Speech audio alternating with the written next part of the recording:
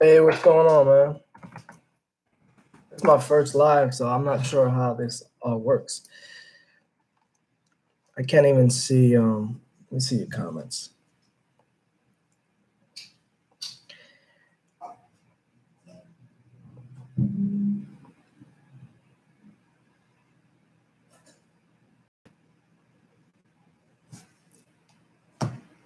Let me. So what I wanted to talk about today was just kind of how to.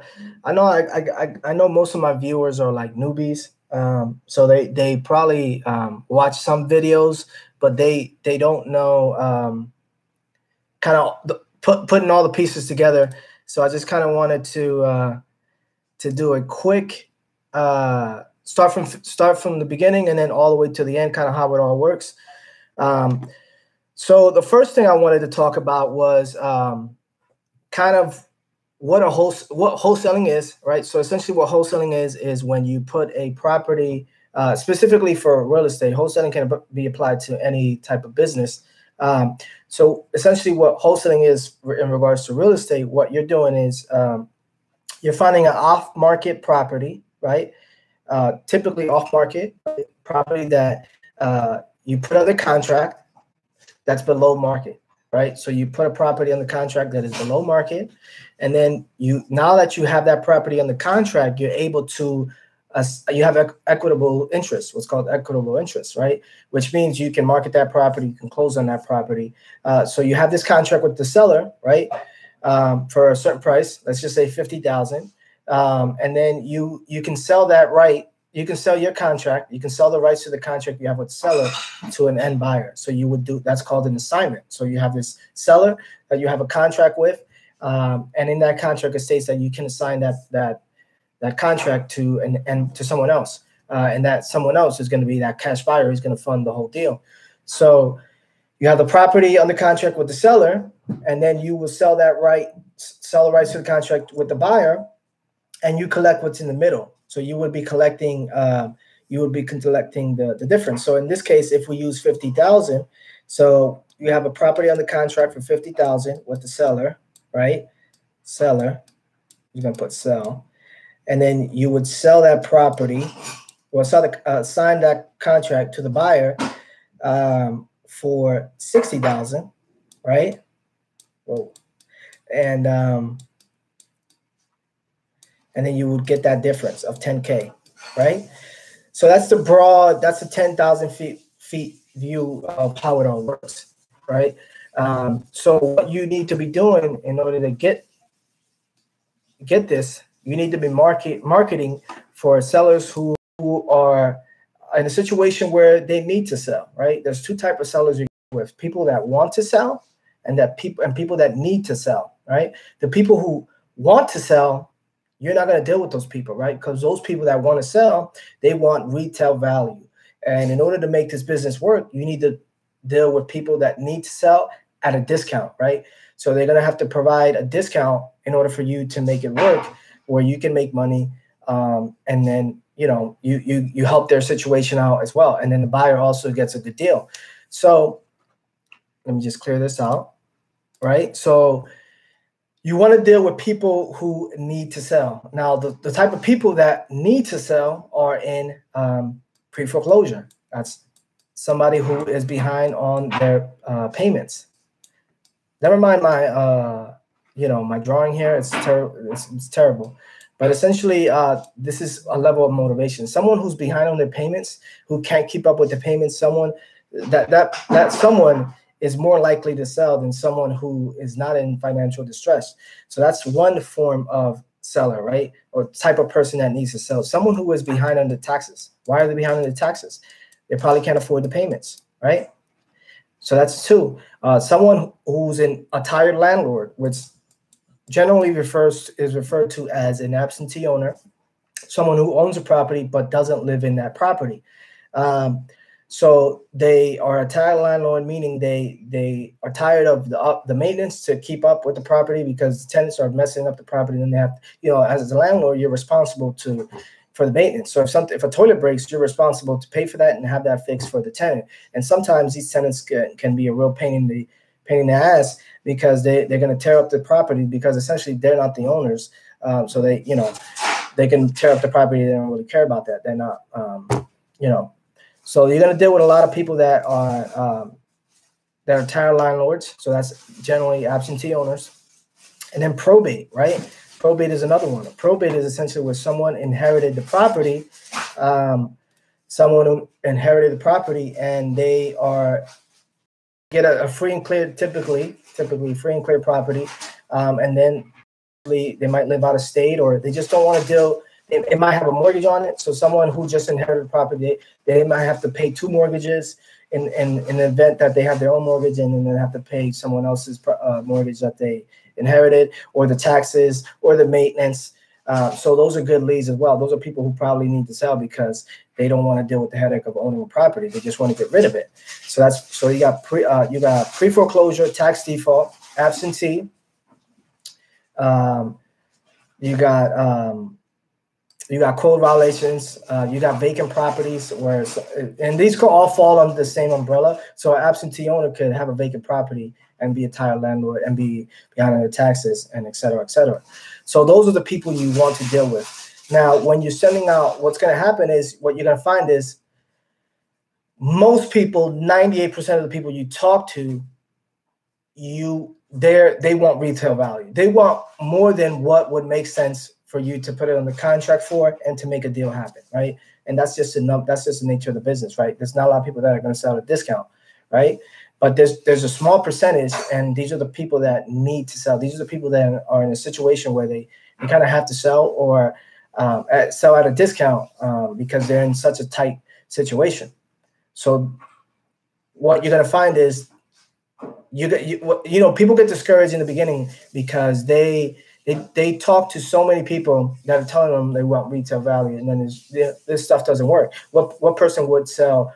What person in the right mind would sell their property at a discount? Well, you're gonna have to go through a lot of no's because, as I said, most people won't sell their property at a discount, right? Because they're not in that situation that what I just talked about.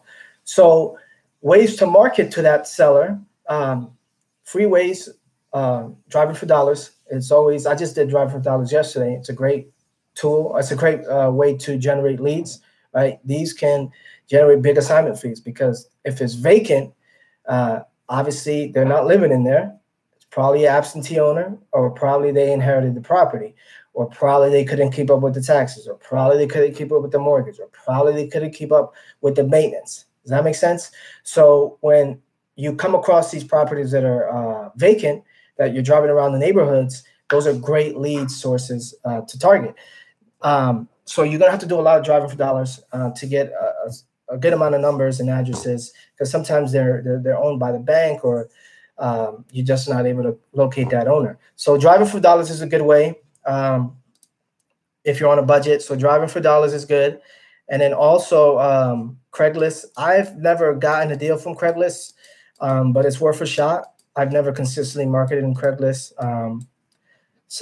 But I know people who've done Craigslist and gotten deals off that. And then also Zillow, for sale by owner, right? You should be reaching out to people that are selling those properties for sale by owner, and then you can reach out to them and let them know if they might be interested in a cash offer. So that's one way. Those are the free ways, or like referrals. Referrals is another way. You can do that. You can do like business cards. You can do like flyers and things like that. So those are generally the free ways. Some paid ways are obviously is direct mail, right? Direct mail, DM, direct mail. I just closed on a $17,000 deal, $20,000 deal using direct mail. Okay. Here's the thing with direct mail. Well, I'll touch on that a little bit later. But so direct mail is one. Cold calling, right? Which is what I'm going to really focus on in 2019, right? Cold calling, RVM. These are all not necessarily new concept. These are trending up. These are really what's working now. It's just direct mail has just gotten very expensive, but it still works, right? All these work. Then there's PPC, pay per click, which is where you would pay Google. You would pay Google to to have your ad, and when somebody types in "sell my home fast in New Jersey," your ad is going to show up as a service provider for that.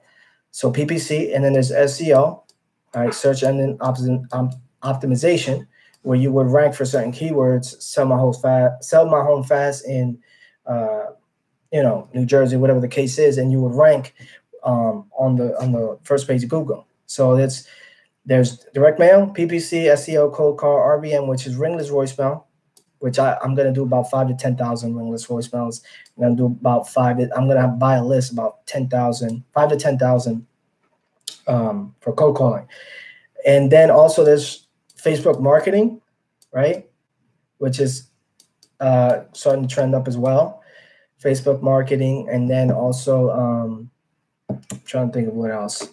I mean, those are the main ones right here that most of the gurus or the people that are doing, a good amount of volume are using. All these work, right? All these things. Oh, and then there's auctions, right? People buying auctions. But all these work. You just have to pick one and stay with it consistently. So these are the paid versions. So I can break down each one. So direct mail is essentially postcards, right? Those are the cheapest forms of marketing regarding direct mail. Let me look at some questions. Can I wholesale a pre-foreclosure that a bank bank approved for short sale and listed? Yeah, so short sales, I've never done a short sale. So short sales, generally, they take a really long time to close. You have to actually close on that deal. You can't do an assignment with a short sale. You have to fund the deal on your own with your own money.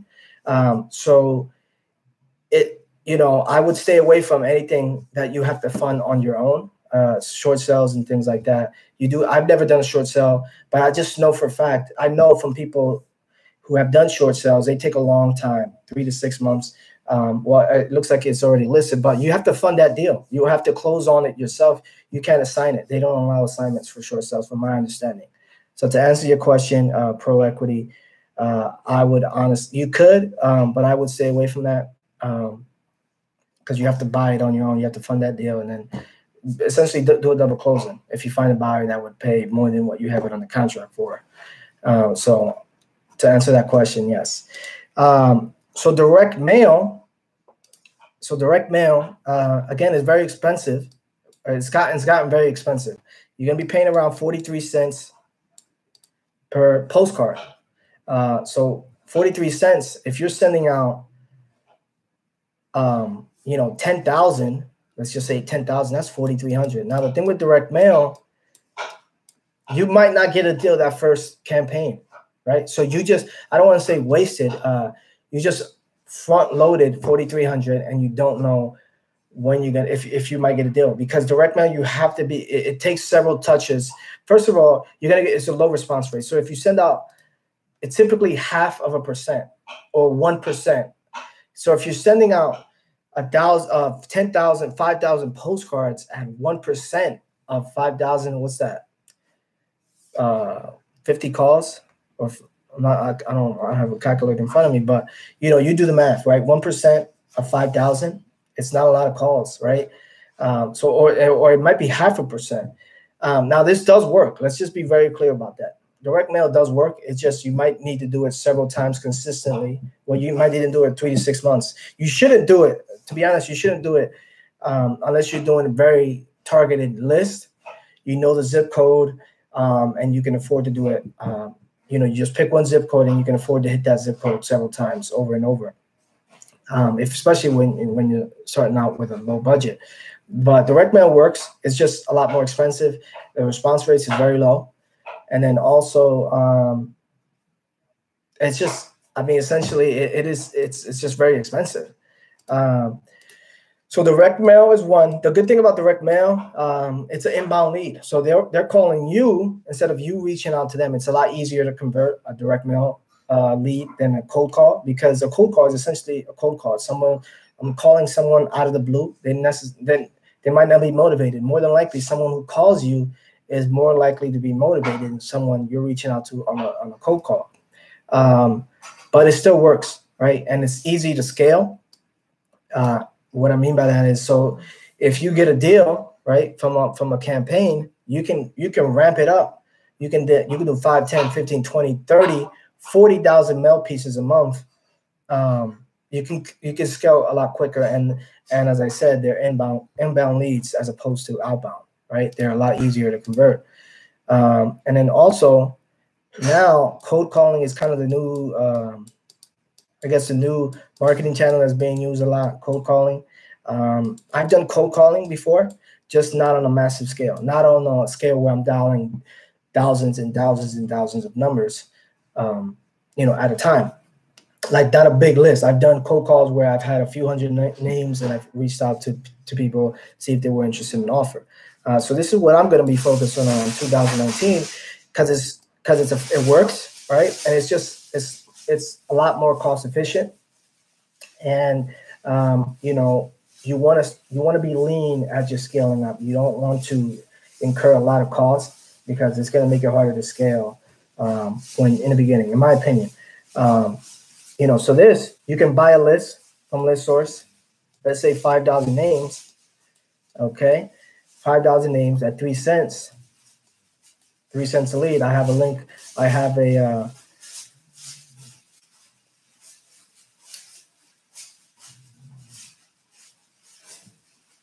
okay, let me just read some of these questions regarding your contracts. How can I obtain a copy of both purchase and assignment? So I'll see if I can have a link below to the contract. When I first got started, I would always ask that question, and what people always say is consult an attorney. And now I understand why, because every state is different. Every state has different laws. So I don't want to recommend a contract, and then it might not be approved in your state. But I'll have a link. I'll try to have a link below, and in the comments, in the description, regarding contracts, and you guys can use them at your own discretion. I recommend getting a lawyer to definitely check them out. How many rings do you recommend? Do you mean when I'm cold calling? Well, I keep ringing until they don't. If it's over 5, 6 rings and it's not like a voicemail, then I would hang up. I mean, if they're not, I would generally like to wait until I get a voicemail, right? To answer your question, Paul, I want to wait until I get a voicemail. That's what I like to do. If for some reason it just keeps ringing, like over 10 rings, then I'll just hang up, and then I'll just move on from there. So back to cold calling. So in ListSource, you can buy a list. ListSource, you can buy 3 cent leads, right, which is very, very cheap. So if you buy 5,000, it doesn't have to be 5,000. I want to reach as much people as I can in a short amount of time. And this 5,000 is a pretty good number to start with for me, my experience, or from what I've heard. And then also, I'm also going to be stacking a list, which we'll talk about a little bit later. So 5,000, right, at 3 cents, 3 cents, it's about $150, which is amazing. That's a great price for the 5,000 list. These are going to be absentee owners who have some equity in their houses. Now, these aren't necessarily motivated, right? These are landlords. That doesn't necessarily mean they're going to be super motivated. But from what I found, from my experience, absentee owners fall under a lot of categories. What I mean by that is, number one, obviously, tire landlords. Number two, if they're out of state, the property might be vacant, right? So there's a lot of vacant properties in that fall in that list of absentee owners. Inherited properties. I found that there's a lot of inherited properties, and tax default, meaning they're behind on taxes. Essentially what I'm saying is, absentee owners, they can have, in that one list that I'm pulling, they can have several levels of motivation already in that list, meaning they could be behind on the taxes, the property could be vacant, they inherited the property, someone inherited the property from whoever owned it. So all those things could apply to this list. That's why I like this list personally. Even though everybody is targeting it, it's still a good list because it's such a large number of people that you can just buy at one time. So that's why I like to target it. So So that's that. And then also, as far as the cold calling, right? So that's 150. Then you got to skip trace. Now there's a ton of skip tracing websites out there that let me see if there's more questions. There's a ton of skip tracing softwares out there, websites that they'll do skip tracing for you. I'll have the links below. There's a couple that I've used that provide really good data. So essentially, you're gonna be paying anywhere from 25 cents. Essentially, you're gonna get. It's gonna be about 25 cents a record. The more you buy, the cheaper it gets. But it's about 25 cents a record. So 25 cents times 5,000. 25 cents times 5,000. It's about $1,200, about $1,250, right? Plus the 150, right? So that's 0, that's 10, 3, 4. It's about $1,400. So that's $1,400. Now, if you were to do direct mail, 5,000 times 43 cents, you're paying double that. You're paying double that for one campaign. If you do direct mail, you're going to be paying double what you paid for the list. I mean, you're going to buy the, you're going to be paying. So if you get the list at 150, 5,000, then you have to mail it at 43 cents. You're going to be paying around $2,400 for that one campaign. Now, the response rates, again, is about 0.5% or 1%, generally 0.5%. So you're going to get a very limited amount of calls. And then what about the other 4,500 people that didn't call? You're not going to be able to reach them. Now, again, direct mail works. I'm just saying cold calling is a lot more cost effective. And when I skip trace those leads, right, that list, I'm going to have access. I'm going to have that number forever, meaning I can always follow up with them and I don't have to pay for that follow-up. Does that make sense? I'm not paying for that follow-up. I'm doing multi-homes and wanted to know.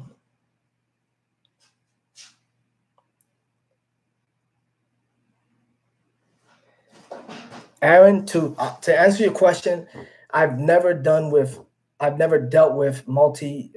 If you mean multifamily, I've never done multifamily. So I can't answer that question. I'm going to be 100% transparent. I've never done multifamily, so I'm sure it's the same way you would comp a single family, or it might be a little bit different. I don't know. I've never done multifamily properties. I've only done single family residence. What I would recommend in that case is to reach out to a realtor, local realtor, and see if they can provide you comps, see if they can help you out providing you comps. That is the best way to determine that, because I've never personally done multifamily. So to answer your question, Aaron, I don't know. I don't know I don't know the answer to your question. And then the secret list, click on unknown equity. Yeah, that's a good tip right there, Paul, regarding the secret list. Click on the unknown equity. Yes, that's a good tip. So essentially, what he's saying is when you go to equity percentage, you can do. There's a link that says unknown equity. To be honest, I've never tried that. To be honest, I've heard people talk about that, but I haven't done that. Right, I will be doing that though. But I personally don't. So, but I do know of that little tip. I've just never personally done it. So back to the cold calling and why I want to really focus on that for 2019 is because it's just a lot more. It's just a lot more cost effective. Now there's pros and cons. The pro is a lot more cost effective. I can reach a lot more people at a lower cost. The downside is it is a cold call, right? It's going to be a lot harder to convert, right? Number one, I'm going to have to reach a lot more people to get that deal. So I don't even know the metrics, the KPIs yet. I'm not sure how many contacts, how many conversations, how many leads it's going to take for me to get that one deal. So that's the con.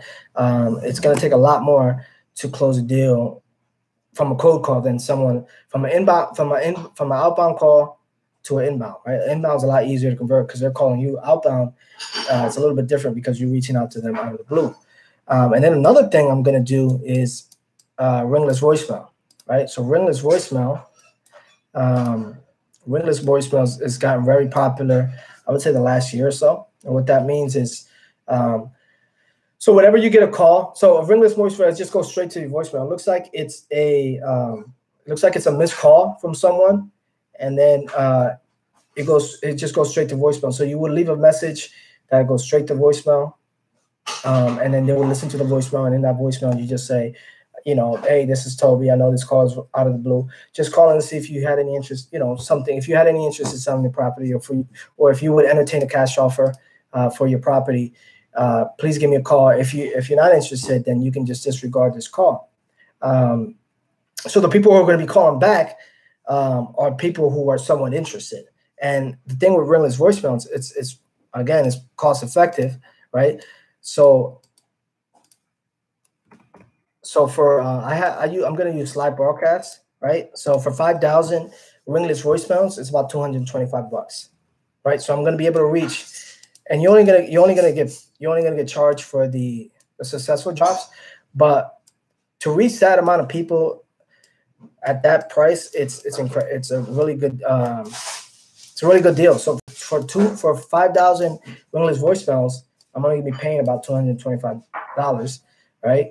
And I'm not gonna reach everybody because it's just the way, I might have the wrong phone number or whatever the case is. So I'm only gonna be paying for the successful drops, and then I can get a new list, skip trace, and keep using the same old credits. Yes, yeah, Paul. That's what I'm gonna do. I'm gonna have a female voice, pay somebody from Fiverr to record that ringless voicemail. From what I heard is females' voices, even on the cold call, is a lot more effective. And I think it's because women come off as a little less aggressive as men. So that's another tip. That's another tip that you can use. So let's see if I have other questions here. Yeah, Paul. So that's what I'm going to be doing. So I'm going to be doing about 1,000 ring RVMs a week, 500 to 1,000, right, a week. And then I'm also going to be cold calling about 3. It's really going to come down to how many calls I can do in an hour. I've never done this type of, I've never used a triple line dialer. And what that means is, for the people who don't know what that is, it's a dialer that can call 3 people at the same time. And then when someone answers, the other 2 people, it just gives them messages and let them know that we'll call them back. And then after you've done the call that you spoke to, right? You spoke to someone. After you've done that call, it calls right back. It calls the other number that answered, and then it just keeps going. It doesn't stop. It's like nonstop. So you're able to call a lot of people in a short amount of time. And the dial I'm gonna have, it's called Zen Call. It was recommended by Carlos Reyes. Did an interview with him. This guy does about $400,000 a month in wholesale fees. So this is what his company used, and this is what he recommended. And I'm gonna definitely get into that and look into that and sign up. So anything he recommends, I will look into. So so the ringless voicemail I'm using is called Side Broadcast. Yeah, Paul is on it. Paul is on top of his game today. So so I'm gonna do that. So I'm gonna use a triple line dialer. I'm gonna be reaching. I'm gonna find out how many calls I can make in an hour with that triple line dialer. I've heard it's about 100, 150 an hour, which is a lot. So that way I'm gonna be able to get to that 5,000 list fairly quick. Well, not fairly quickly, but a lot quicker if I was just hand dialing each number. And then also something I want to get later in the year, but after I master RBMs and a little bit of cold call, some Facebook marketing. I know some people who are doing a couple deals a month from Facebook marketing. It's just a lot. It's a little tricky to get started and get set up, but I definitely, I'm going to consider this. I'm going to do this marketing channel. But first, I'm going to really go heavy on cold calling, heavy on RVMs, and then I can expand on a new marketing channel. Because RVM and cold calling kind of go hand in hand. So, okay, you're doing it. So Quentin, the slide broadcast, it really depends on, let me see. Let me just go to the website. I can tell you right now. I can tell you the prices. Give me a second here.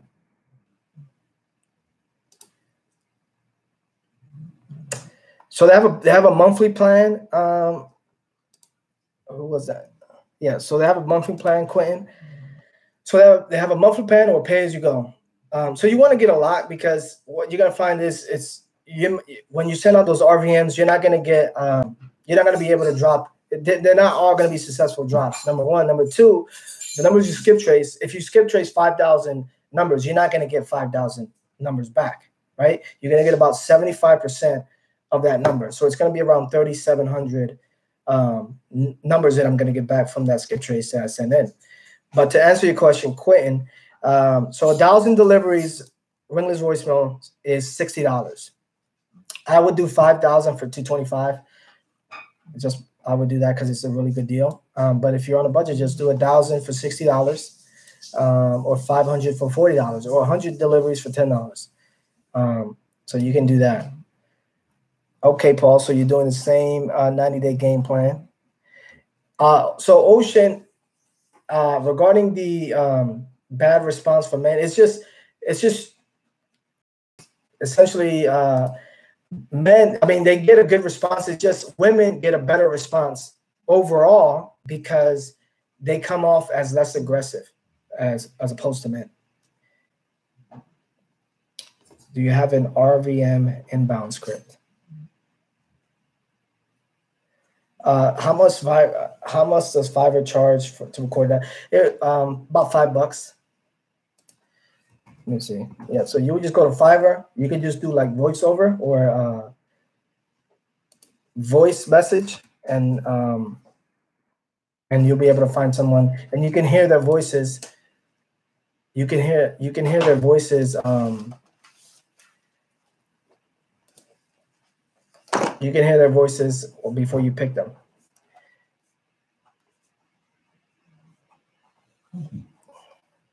Do you have a? To answer your question, Paul, I don't. I mean, I really don't. I just answer. I know I should, but I really don't have. Whatever call comes in, I'm just gonna take it as. Just gonna take it as a regular call. Let me see here. All right, so yeah, so Fiverr is a great tool, great resource. I highly recommend it. I'll have the links below. Fiverr, anything you can think of, you can hire on Fiverr for $5. Okay, you can get business logos there. You can do like the voiceovers, the voicemails that you have set up. And then also another thing I'm using, I haven't mentioned, CallRail. I'm gonna use that to track the numbers. CallRail, use that. And then also trying to think of what else.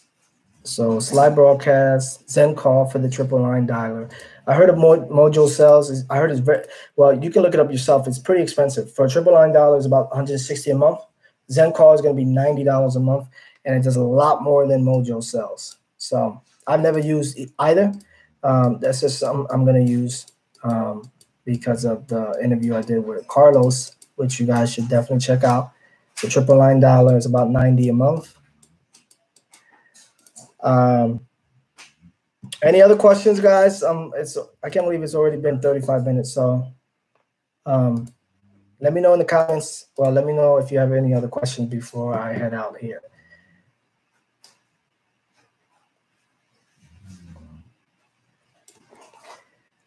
But that is what I'm doing. That's my 90-day game plan. You know, I'm going to reach a good amount of people in a short amount of time. And there's always going to be marketing going out every week. I'm going to have, like I said, 500 to 1,000 ringless voicemails a week going out every week, right? And then I'm also going to be cold calling those leads. And then also, I forgot to mention, so that was just one list, right? The absentee list, right, from ListSource. I'm also going to get probate probate list probably, right? And then also tax default list. Oh, and then also Fiverr, you can hire VAs from there. And then Upwork is a good place to hire VAs if you wanted to hire someone to do your cold calls. But absentee, probate, tax delinquent, pre-foreclosure, well, I'm going to stack all these lists, and I'm going to use that software, Property List Manager. I have the links below. Essentially, again, it stacks all your lists, puts them. It tells you which owner or which address is showing up on multiple lists. So you have 5 different lists. It's going to tell you John Smith is showing up on 3 different lists. He's showing up on the tax delinquent, pre-foreclosure, and absentee owner, whatever the case is, right? So you're going to prioritize that list.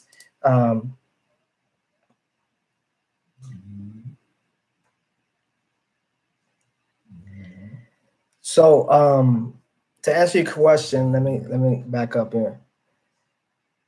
Maybe I should start doing a live every Sunday. I'm not sure. This is my first live, so I can't even see myself. But maybe I should. Let me know if you guys would be interested in that. What CRM do I use? Podio. Actually, I use if you go to yellowletterhq.com and then you click the link REI automation, I think it says. Let me see here.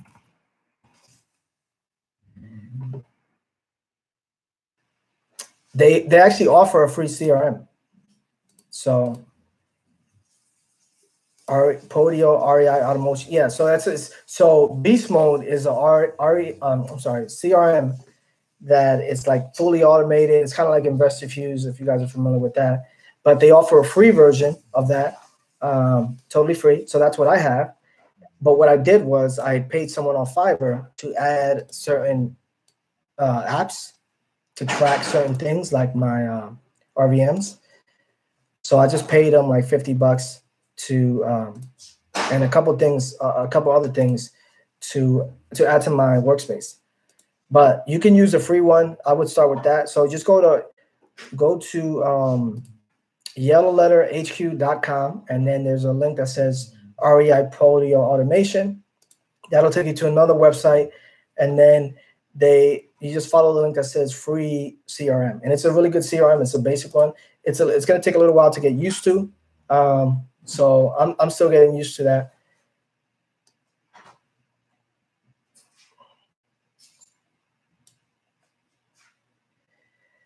Do you deal with people who can't pay their water bills? So that type of seller is it can fall.